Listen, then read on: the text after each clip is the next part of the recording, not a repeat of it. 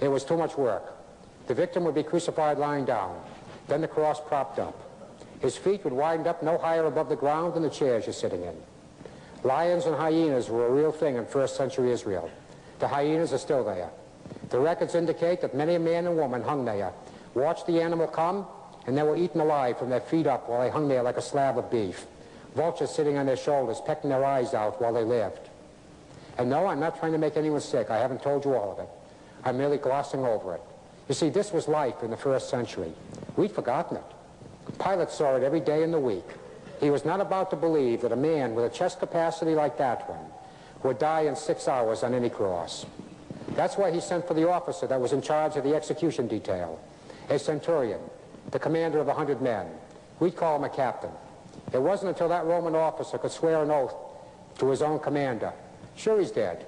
I put a spear in him myself just to make sure, or words to that effect, that Pilate would sign the chit that gave Joe permission to take the body off the cross. You can almost read the old man's sigh of relief. We're going to live a little longer. They took off running. In context, nothing else makes sense, because Luke uses a strange term in the Greek. It means that it was the time of the lighting of candles. The stars were beginning to come out. It was the eve of the high holiday, the Passover, the high Sabbath, the second most important day in the Jewish year. And the Jewish day starts at sundown, not sunrise. Based on that term, the time of the lighting of candles, those two old men had something less than an hour in which to live. You see, the penalty for working on any Sabbath was execution. The Jews put you in a rock pile and threw rocks at you until someone broke your head. They called it stoning, the Jewish method of doing it. This was the Roman method. Those two old men didn't have much chance of surviving if they got caught working on the high Sabbath. With Jesus' body, he was altogether too controversial then as well as today. Besides, they were already criminals under one law. Their own Sanhedrin had recently passed a law that said that anyone who admitted to being a follower or a disciple of the carpenter from Nazareth would be excommunicated. Now that gets virtually no one very excited today. But in first century Israel, it was a different story. Excommunication meant certainly you lost most of your temple privileges, but it went far beyond that. No one could knowingly by law walk within 6 feet of you on the street. You were denied the use of the bath. You were denied the use of the razor. You could not be taught in the presence of anyone else. Your testimony was worthless in any court of law. You couldn't hire nor could you be hired in Israel. You couldn't hold a job.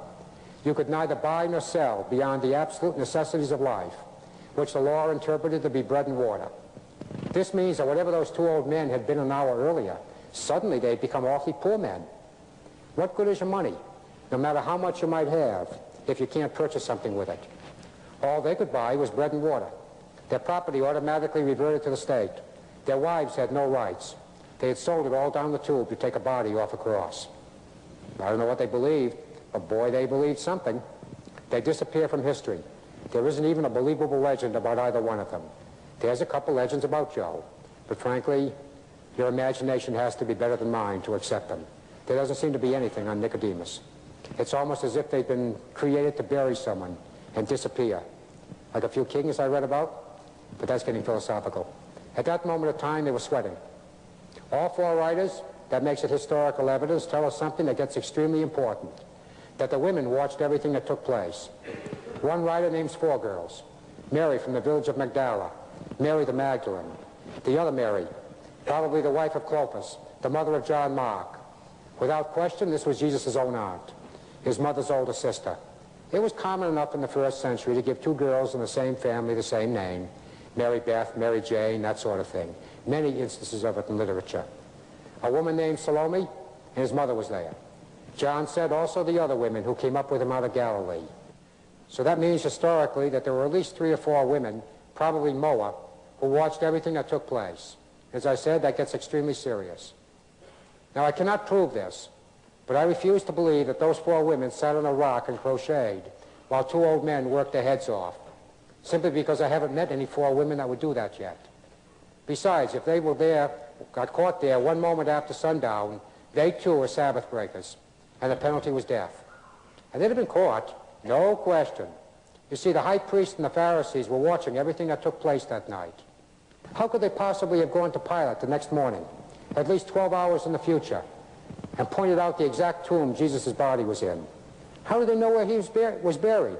if they hadn't been there the night before watching everything?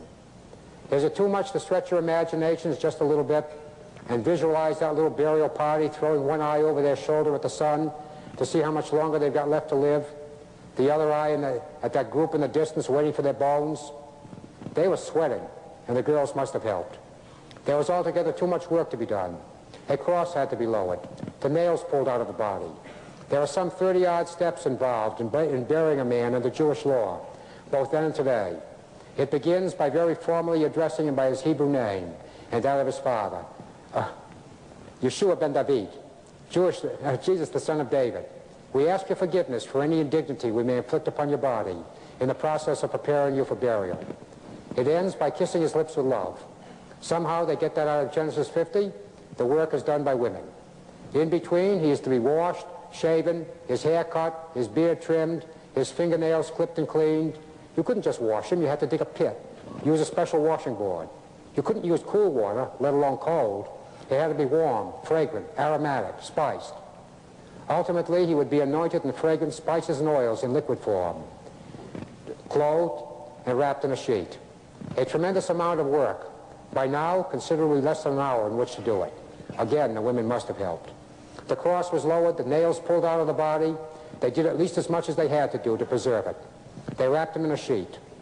Using the Greek, Matthew and Luke say that Jesus was folded into the cloth. This one was stretched out flat. He was laid on his back on half of it. The other half was brought over his head and draped over the front. If that's not folded, somebody tell me what it is. Mark said he was wrapped. I don't see any conflict. John said he was bound. This cloth was tied around the ankles, again around the waist, by cords probably made of rushes. He wound up being wrapped, folded, and bound into the cloth, all at the same time. No conflict. They laid him in a particular tomb. Matthew said it was Joe's own tomb. As far as I'm concerned, that's immaterial. Personally, I think they might have used Pilate's tomb if it was any closer, and they thought they could have gotten away with it, because they were moving.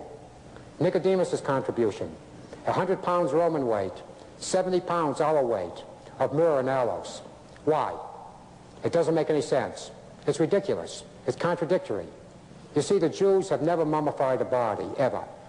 The Jews have never embalmed a body if they could possibly help it. The Jews have never used winding strips. Sorry, kids, that's Christian tradition. The Bible does not say that Jesus was buried like a mummy. John was quite emphatic. Jesus was buried according to the manner and the custom of the Jews. And all the Jews have ever done, then or today, when the law permitted it, was to put a man in a sheet and bury him before sundown the same day. There was an Orthodox rabbi back in Connecticut that told me they would be doing it there if the law permitted it. They want the body to go back to dust as rapidly as possible. So why myrrh and aloes? That's why we had to read the Talmud. We had to get facts. About 2/3 of the way through that collection of holy law, we came across a rather obscure little tractate called the Eber Abathi, Jewish burial customs. This is almost verbatim. In ancient times, it was the custom to bury someone who had died of bowel trouble with spices and ointments placed next to the body.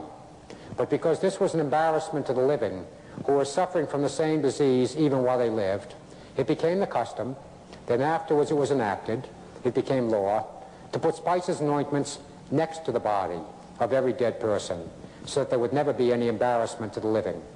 All Nicodemus was doing was obeying his own law that called for spices and ointments to kill the smell of a decaying body. Several other references in the Talmud to the spices being used as a deodorant. If you wish to argue, think back to the story of Lazarus. He was a wealthy Jew. When he died, society people from Jerusalem came down to Bethany to help his sisters Mary and Martha mourn. Both accounts of the story clearly reveal that they loved their brother with a passion, and that they had the money and they had the desire to give their brother the best funeral that first century Israel could afford to give to anybody. If it really had been the custom to bury a man like a mummy, with 100 pounds of concrete or something in the folds, they'd have done it. But if they had, when Jesus stood outside that tomb and yelled, "Hey, Laz, come on out," look it up. Nobody went in and got him. Nobody carried him out. It says that although he was bound hand and foot, he sat up, stood up, and he walked out.